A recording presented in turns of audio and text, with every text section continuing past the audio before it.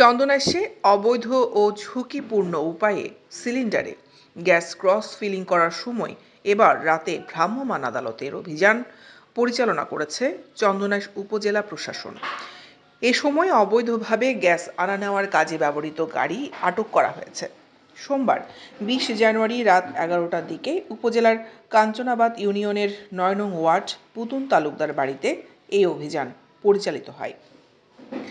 জানা যায়, দীর্ঘদিন ধরে উপজেলার কাঞ্চনাবাদ ইউনিয়নের ৯ নং ওয়ার্ড পুতুন তালুকদার বাড়ির একটি গুদাম ঘরে অবৈধভাবে সিলিন্ডার গ্যাস ক্রস ফিলিং করেছিল একটি অসাধু চক্র। এই সংবাদ গোপন সূত্রে পেয়ে সোমবার রাত ১১টার অভিযান পরিচালনা করেন উপজেলা সহকারী কমিশনার ভূমি ও নির্বাহী ম্যাজিস্ট্রেট ডিপ্লোমেসি চাকমা। অভিযানে লাইসেন্স ছাড়া অবৈধ ও ঝুঁকিপূর্ণ উপায়ে বড় বোতল থেকে ছোট বোতলে গ্যাস ক্রস ফিলিং করার সত্যতা পায় ভ্রাম্যমাণ আদালত।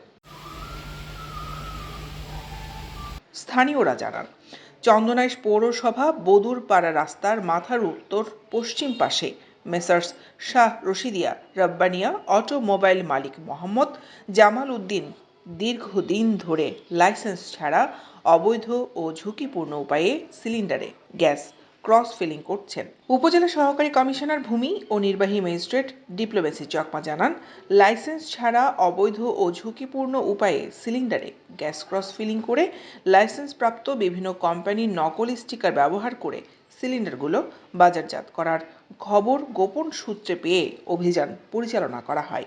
অভিযানে অনেকগুলো বড় বোতল থেকে ছোট বোতলে গ্যাস ক্রস ফিলিং করার সত্যতা পাওয়া গেছে।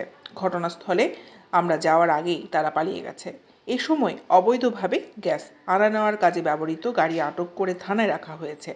পরবর্তীতে বিধি মোতাবেক ব্যবস্থা গ্রহণ করা হবে।